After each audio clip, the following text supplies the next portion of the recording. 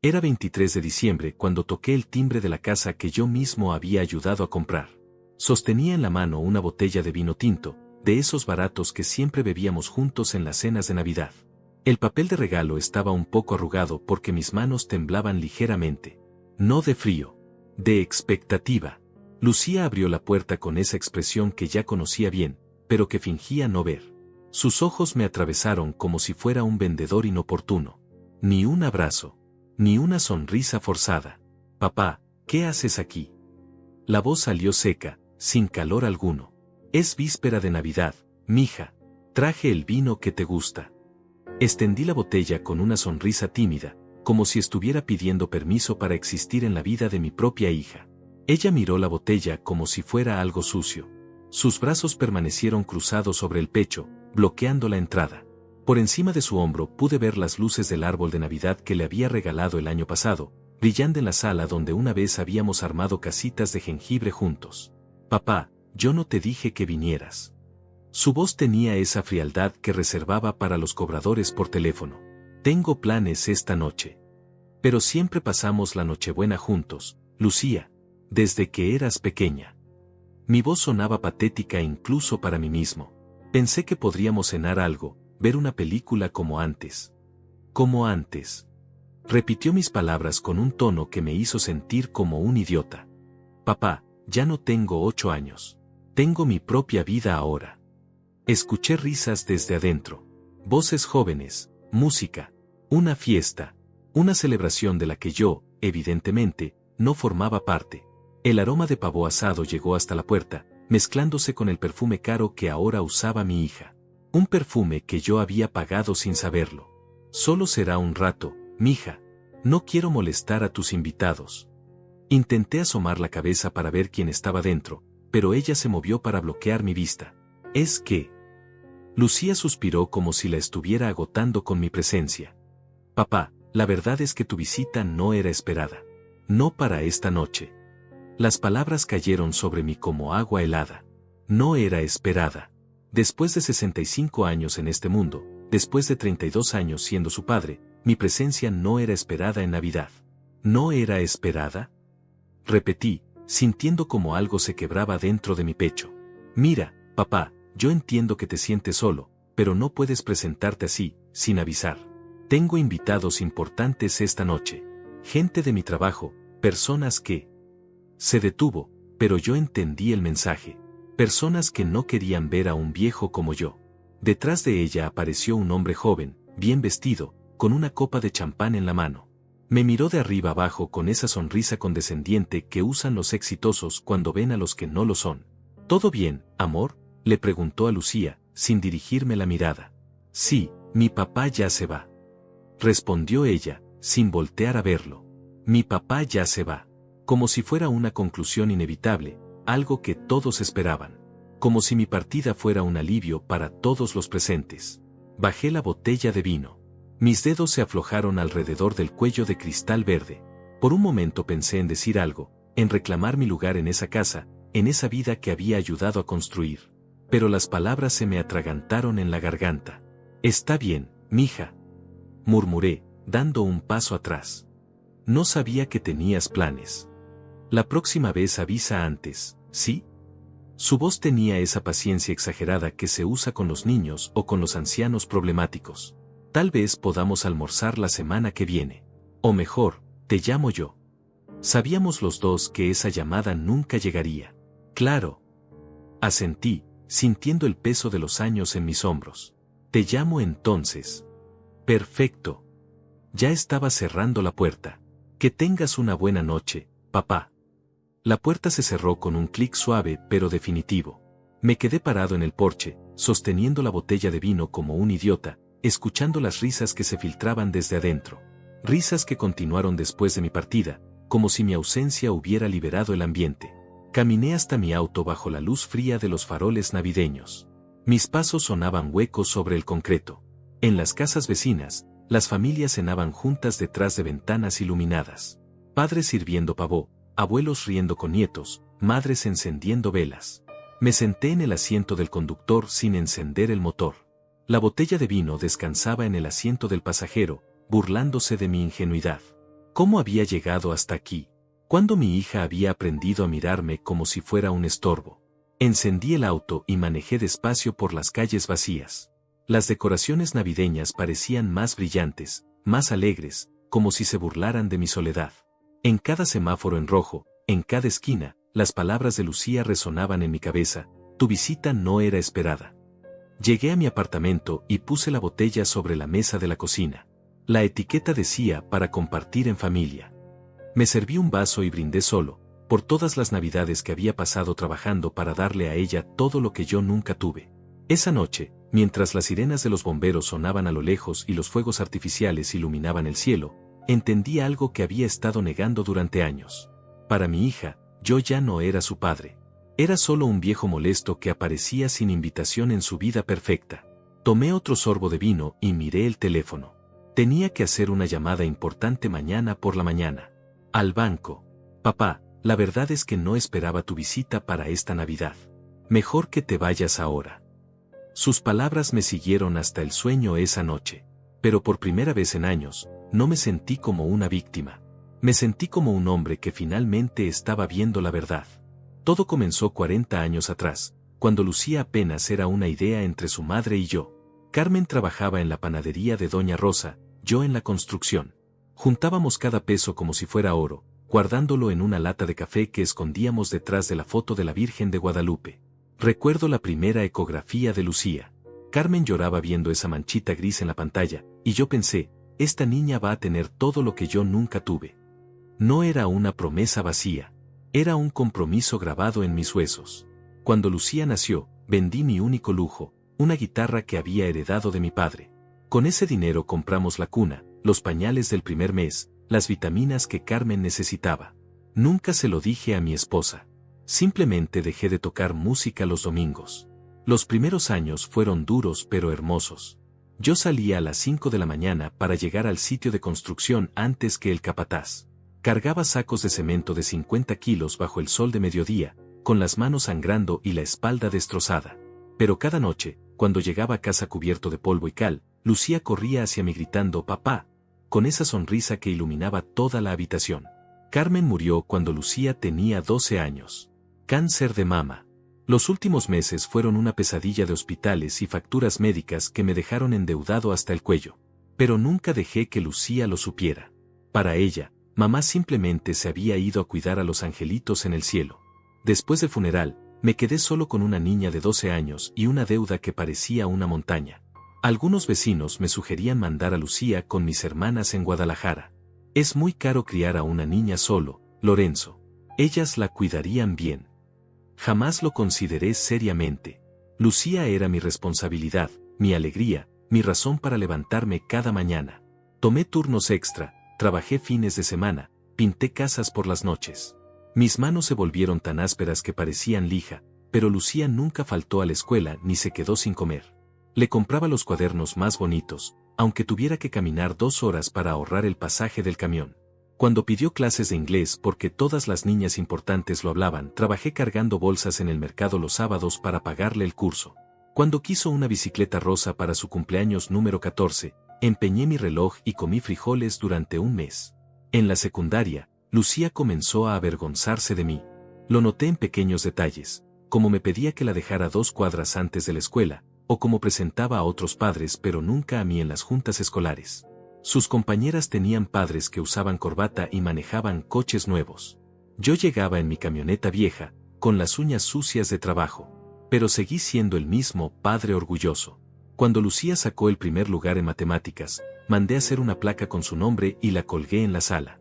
Cuando ganó el concurso de oratoria, grabé su discurso en casete y se lo puse a todos los vecinos. Mija, tú vas a ser alguien importante, le decía mientras cenábamos. Vas a tener todo lo que yo no pude tener. Ella solo asentía, concentrada en su tarea, ya sin mirarme con aquella admiración de cuando era pequeña. Para la preparatoria, Lucía quería ir a una escuela privada. La colegiatura costaba más de lo que yo ganaba en 3 meses. Hablé con mi hermano Mateo, el único de la familia que había prosperado. Me prestó el dinero con intereses, pero no me importó. Lucía tendría su escuela privada. Fue ahí donde conoció a los hijos de doctores, abogados, empresarios. Llegaba a casa hablando de las casas de sus amigas, de las vacaciones que tomaban en la playa, de los restaurantes donde cenaban. Yo escuchaba desde la cocina mientras preparaba la cena, sintiendo cómo la distancia entre nosotros crecía con cada historia. Papá, ¿por qué no tenemos una casa más grande?, me preguntó una noche, cuando tenía 16 años. Porque esta casa es lo que podemos pagar, mija. Pero cuando termines la universidad, tendrás la casa que quieras. Todas mis amigas tienen su propio carro. Cuando tengas edad para manejar, veremos qué podemos hacer. Siempre era veremos qué podemos hacer. Nunca fue no podemos pagarlo. No quería que se sintiera pobre, aunque lo fuéramos. Trabajé doble turno durante sus últimos 2 años de preparatoria para ahorrar para la universidad. Llegaba a casa pasadas las 10 de la noche, cenaba solo lo que había quedado en la olla, y me quedaba dormido en el sillón viendo televisión. Lucía hacía su tarea en su cuarto con la puerta cerrada. Cuando se graduó con honores, lloré como un niño en la ceremonia. Mi hija, la hija de un albañil, había terminado la preparatoria en una escuela privada con las mejores calificaciones. Los otros padres me miraban raro, este hombre mayor con traje barato y zapatos lustrados, aplaudiendo más fuerte que nadie. Esa noche, mientras celebrábamos con una cena modesta en casa, Lucía me dijo algo que debía haber escuchado mejor. Papá, yo voy a ser diferente a ti. Voy a tener dinero, una casa bonita, un carro nuevo. No voy a tener que trabajar tanto. En ese momento pensé que era ambición. Ahora entiendo que era desprecio.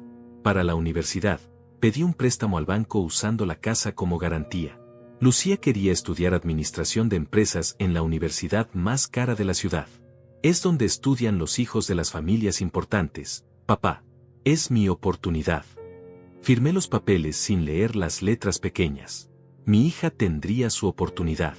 Durante los 4 años de universidad, Lucía vivió en el campus. Venía a casa solo en vacaciones, y cada vez parecía más extraña aquí. Miraba los muebles viejos, la televisión pequeña, las cortinas desteñidas, como si estuviera visitando un museo de la pobreza. Sus conversaciones cambiaron también. Ya no me preguntaba sobre mi día o mi trabajo. Hablaba de sus profesores, de teorías económicas que yo no entendía, de oportunidades de negocio. Usaba palabras en inglés que me hacían sentir ignorante. Papá, necesitas pensar en tu futuro financiero, me decía con esa voz nueva, educada, que había aprendido en la universidad. Deberías invertir en algo productivo. Yo invertía en ella. Esa era mi única inversión. Cuando se graduó, consiguió trabajo inmediatamente en una empresa grande. Su primer sueldo era más del doble de lo que yo ganaba después de 40 años trabajando. La llevé a cenar para celebrar, a un restaurante que ella eligió. Caro, elegante, lleno de gente que hablaba en voz baja y usaba servilletas de tela. Papá, ahora puedo ayudarte, me dijo esa noche. Puedes dejar de trabajar tan duro. Pero nunca me ayudó. Al contrario, cada mes parecía necesitar algo, el depósito para su apartamento, dinero para un carro, efectivo para una oportunidad de inversión. Y yo, como el idiota que soy, siempre encontraba la manera de dárselo. Los últimos 5 años habían sido así. Lucía próspera y exitosa, pero siempre necesitando algo de su viejo padre. Y yo, trabajando hasta los 65 años, prestándole dinero que nunca me devolvía, siendo el banco personal de mi hija millonaria. Hasta anoche. Hasta que me dijo que mi visita no era esperada para Navidad. Ahora, sentado en mi cocina a las 6 de la mañana, tomando café solo y recordando todos estos años, entiendo algo que debí ver hace mucho tiempo. No crié a una hija agradecida. Crié a una extraña que comparte mi apellido pero desprecia mi origen. Tomé el último sorbo de café y miré el calendario. Era 24 de diciembre. Navidad. Y por primera vez en 65 años, no tenía a dónde ir. Pero tampoco tenía prisa. Tenía una llamada que hacer. El primer signo de que algo estaba mal llegó 6 meses atrás, en julio. Lucía me había pedido que fuera su aval para un préstamo empresarial. Es una oportunidad única, papá. Una franquicia que va a multiplicar mi dinero por 10. Sus ojos brillaban con esa emoción que yo creía que era ambición legítima. ¿Cuánto necesitas, mija?, le pregunté, aunque ya sabía que sería más de lo que podía manejar. 500,000 pesos. Pero tranquilo, papá, yo pago todo. Solo necesito tu firma como garantía porque el banco requiere un aval con propiedades. 500,000 pesos. Más dinero del que había visto junto en toda mi vida. Pero Lucía ganaba bien, tenía su carrera, su futuro asegurado. Y además, solo era una firma. Ella pagaría todo. Fuimos juntos al banco un martes por la mañana. Lucía vestía un traje que costaba más que mi sueldo de 2 meses. Hablaba con los ejecutivos en ese lenguaje técnico que había aprendido en la universidad, usando términos que yo no entendía pero que sonaban importantes. Señor Pérez, me explicó el gerente, usted está avalando este préstamo con su propiedad. Eso significa que si su hija no puede pagar, el banco puede reclamar su casa. Miré a Lucía, esperando que dijera algo tranquilizador. Ella solo sonrió y me tomó del brazo. Papá, es pura formalidad. Yo tengo los ingresos para pagar esto sin problemas. En 6 meses habré recuperado la inversión completa. Firmé los papeles. La pluma se sentía pesada en mi mano, como si supiera algo que yo no sabía. Durante los primeros meses, todo parecía ir bien. Lucía me llamaba cada semana para contarme sobre el progreso de su negocio. Va mejor de lo esperado, papá. Ya recuperé el 30% de la inversión inicial. Pero en octubre, las llamadas se volvieron menos frecuentes. Cuando yo la llamaba, siempre estaba ocupada, en juntas, viajando por trabajo. Te llamo luego, papá, ahora no puedo hablar. La primera señal real de problemas llegó una tarde de noviembre. Estaba regando las plantas en el patio cuando sonó el teléfono. Una voz profesional, fría, del banco. Señor Pérez, llamamos para informarle que el préstamo avalado por usted presenta un retraso en el pago. Su hija no ha cubierto las 2 últimas mensualidades. El mundo se detuvo. Las plantas siguieron goteando, pero yo dejé de escuchar el agua caer. Debe ser un error, murmuré. Mi hija tiene un buen trabajo, ella puede pagar. Señor, llevamos 3 semanas tratando de contactarla. Sus teléfonos no responden. Necesitamos que venga a la sucursal para discutir las opciones de pago. Colgué y marqué inmediatamente el número de Lucía. Buzón de voz. Volví a marcar. Buzón de voz. Envié un mensaje de texto. Mija, llámame urgente. Es sobre el préstamo. No respondió ese día. Ni al siguiente. Ni toda esa semana. Finalmente, decidí ir a buscarla a su oficina. El edificio era uno de esos rascacielos modernos en el centro de la ciudad, todo cristal y acero. La recepcionista, una chica joven con dientes perfectos, me miró con esa sonrisa entrenada que usan para lidiar con gente que no pertenece ahí. ¿Lucía Pérez? Un momento. Hizo una llamada rápida, murmuró algo que no pude escuchar, y colgó. Lo siento, señor, ella está en una junta muy importante. ¿Quiere dejar un mensaje? Soy su padre. Las palabras salieron más duras de lo que pretendía. La sonrisa de la recepcionista vaciló por un segundo. Oh, entiendo. Pero realmente está ocupada. Tal vez podría llamarla más tarde. Me quedé parado ahí, en ese lobby elegante con su piso de mármol y sus plantas artificiales, sintiéndome como lo que era, un viejo fuera de lugar. Pero no me moví. Esperaré, dije, y me senté en uno de esos sillones de cuero que costaban más que mis muebles de sala. Esperé 3 horas. Ejecutivos en trajes caros entraban y salían, hablando por teléfonos que costaban más que mi salario mensual. Nadie me prestaba atención, como si fuera parte de la decoración. A las 6 de la tarde, cuando el edificio se vaciaba, Lucía finalmente apareció. Vestía un abrigo negro que no le había visto antes, cargaba un bolso de marca, y tenía esa expresión de irritación apenas contenida. Papá, ¿qué haces aquí? No era sorpresa en su voz. Era molestia. Necesitamos hablar sobre el préstamo, mija. El banco dice que no has pagado. Lucía miró alrededor, consciente de que algunos de sus colegas podrían escuchar. Aquí no, papá. Vamos a tomar un café. Caminamos 2 cuadras hasta una cafetería cara donde un café costaba lo que yo gastaba en comida por día. Lucía ordenó algo complicado con leche de almendras. Yo pedí café negro. Es temporal, papá me dijo sin mirarme a los ojos. El negocio está pasando por una fase difícil. Todos los negocios pasan por esto al principio. ¿Cuándo puedes ponerte al corriente? Pronto. Muy pronto. Solo necesito que tengas paciencia. Pero algo en su voz no sonaba cierto. Sus manos temblaban ligeramente cuando levantó la taza. Sus ojos se desviaban cada vez que yo trataba de hacer contacto visual. Lucía, si perdemos la casa. No vamos a perder nada, papá. Su voz se endureció. Yo tengo todo bajo control. Solo necesito que confíes en mí. Esa noche, no pude dormir. Me quedé despierto en la cocina, haciendo cuentas que no cuadraban, tratando de entender cómo mi hija exitosa no podía pagar un préstamo que ella misma había pedido. Los siguientes días fueron una pesadilla de llamadas del banco. Cada mañana, el teléfono sonaba a las 9 en punto. La misma voz profesional, las mismas preguntas, la misma presión creciente. Señor Pérez, necesitamos una respuesta. El atraso ya es de 3 meses. Si no recibimos el pago completo antes del fin de año, tendremos que iniciar el proceso de recuperación de la propiedad. Recuperación de la propiedad. Una forma elegante de decir que me quitarían la casa donde había vivido durante 30 años, la casa donde había criado Lucía, la casa que era lo único que me quedaba de mi vida con Carmen. Traté de llamar a Lucía decenas de veces. Sus teléfonos estaban siempre ocupados o iban directo al buzón. Cuando finalmente me contestó, 2 semanas después, su voz sonaba diferente. Distante. Papá, ya te dije que estoy resolviendo el problema. No me presiones. Mija, van a quitar la casa. La casa donde creciste. Exageras, papá. Eso no va a pasar. Pero sí estaba pasando. El banco había comenzado los trámites legales.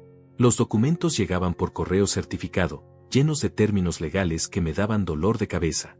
Había fechas límite, amenazas de embargo, números que crecían cada día con intereses y penalizaciones. Una tarde de diciembre, mientras revisaba los papeles del banco por 100ª vez, encontré algo que me heló la sangre. Entre los documentos legales había una copia de un reporte de crédito. El nombre era de Lucía, pero los números no tenían sentido. Según el reporte, mi hija tenía deudas por más de 2 millones de pesos. Tarjetas de crédito, préstamos personales, líneas de crédito. Su historial crediticio era un desastre de pagos atrasados y cuentas en cobranza. ¿Cómo era posible? Lucía tenía un buen trabajo, un salario alto. ¿En qué había gastado tanto dinero? Esa noche, después de darle vueltas al asunto durante horas, tomé una decisión. Necesitaba ver con mis propios ojos cómo vivía mi hija. Necesitaba entender dónde había ido a parar todo ese dinero. Manejé hasta su vecindario al día siguiente.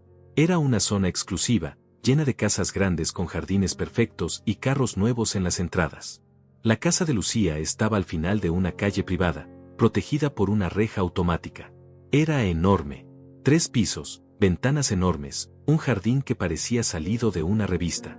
En la entrada había 2 carros, un BMW rojo y un Mercedes blanco. Ambos del año.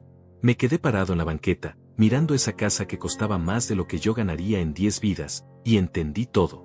El dinero del préstamo no había ido a ningún negocio. Había ido a pagar esa casa, esos carros, esa vida de lujo que mi hija había construido sobre mis espaldas. Lucía salió de la casa ese mediodía, vestida como una ejecutiva exitosa, subió al BMW y se fue. No me vio parado ahí, en la banqueta, con mi ropa vieja y mi corazón roto. Pero yo sí la vi. Vi la verdad que había estado negando durante meses. Mi hija no era una empresaria exitosa con problemas temporales. Era una mentirosa que había usado mi nombre y mi casa para financiar una vida que no podía pagar. Esa noche, cuando llegué a mi casa pequeña con sus muebles viejos y sus paredes que necesitaban pintura, todo se veía diferente. Ya no era mi hogar modesto. Era la garantía que mi propia hija estaba dispuesta a sacrificar por su imagen falsa. Tomé el teléfono y marqué su número una vez más. Esta vez contestó al primer timbrazo. Papá. Lucía, estuve en tu casa hoy. Silencio largo del otro lado. Cuando habló, su voz había perdido toda pretensión. Papá, puedo explicarte todo. No hay nada que explicar, mija. Ya entendí todo. Pero no colgué. Todavía tenía esperanza de que mi hija, la niña que una vez corrió hacia mis brazos, apareciera en algún lugar detrás de esta extraña que había creado. Voy a arreglar esto, papá. Te lo prometo. ¿Cómo? Otro silencio. Más largo esta vez. Ya encontraré la manera. Pero su voz sonaba hueca, sin convicción. Y por primera vez en mi vida, no le creí a mi hija. Después de descubrir la verdad sobre la casa de Lucía, algo cambió dentro de mí. No fue rabia. No fue tristeza. Fue una claridad fría que no había sentido en años. Como si hubiera estado viviendo en la niebla y de repente el aire se aclarara. Empecé a observar. Realmente observar. Durante las siguientes semanas, comencé a revisar cada papel, cada documento, cada cosa que Lucía había tocado en mi vida durante los últimos años. Lo que encontré me dejó sin aliento.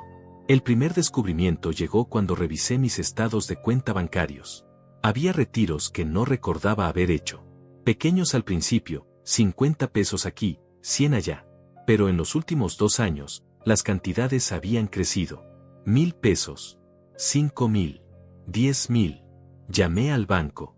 La explicación fue simple y devastadora. Lucía tenía acceso a mi cuenta como beneficiaria autorizada. Yo había firmado esos papeles años atrás, cuando ella insistió en que era para emergencias. Papá, por si algo te pasa.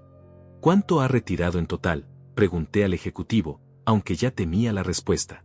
En los últimos 2 años, señor Pérez, se han hecho retiros por un total de 230,000 pesos. 230,000 pesos. Mi dinero. Los ahorros de toda una vida de trabajo, desaparecidos de a poco, como sangre goteando de una herida que no sabía que tenía. Pero eso no era todo. Esa misma tarde, revisando una caja vieja donde guardaba papeles importantes, encontré algo que me hizo sentir náuseas. Una póliza de seguro de vida que no recordaba haber firmado. Mi nombre estaba ahí, mi firma estaba ahí, pero yo no recordaba haber contratado ningún seguro. La beneficiaria era Lucía. El monto, 500,000 pesos. Llamé a la compañía de seguros. El agente me confirmó lo que ya sospechaba. La póliza había sido contratada 8 meses atrás. Los pagos se deducían automáticamente de mi cuenta bancaria. Yo estaba pagando un seguro que beneficiaría a mi hija cuando yo muriera. Pero señor, aquí tengo su solicitud firmada. Usted vino con su hija a nuestras oficinas en marzo pasado. Marzo pasado. Recordé ese día vagamente. Lucía me había invitado a almorzar, algo inusual en ella. Después me pidió que la acompañara a resolver un trámite rápido. Había papeles, muchos papeles.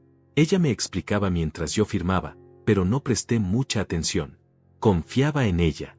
Es solo un seguro médico, papá, para que estés protegido. Mentira. Era un seguro de vida, con ella como única beneficiaria. Esa noche, sentado en mi cocina con todos los documentos esparcidos sobre la mesa, comencé a armar el rompecabezas completo. No era solo el préstamo del banco. Era todo un sistema que Lucía había construido durante años para drenar mi dinero. Revisé más papeles. Encontré una autorización para usar mi nombre en una cuenta de inversiones que nunca había autorizado. Encontré documentos de préstamos menores que había avalado y olvidado. Encontré recibos de transferencias bancarias que yo supuestamente había autorizado. Mi hija me había estado robando sistemáticamente durante al menos 3 años. El teléfono sonó. Era Lucía. Papá, necesito hablar contigo. Su voz sonaba extraña, nerviosa, como si supiera que yo estaba descubriendo todo. Estoy ocupado, mija. Es importante, papá. ¿Puedo pasar mañana por tu casa? No. La palabra salió más dura de lo que pretendía. Estoy ocupado mañana también. Silencio del otro lado. Lucía no estaba acostumbrada a que le dijera que no. Papá, ¿todo está bien? Suenas raro.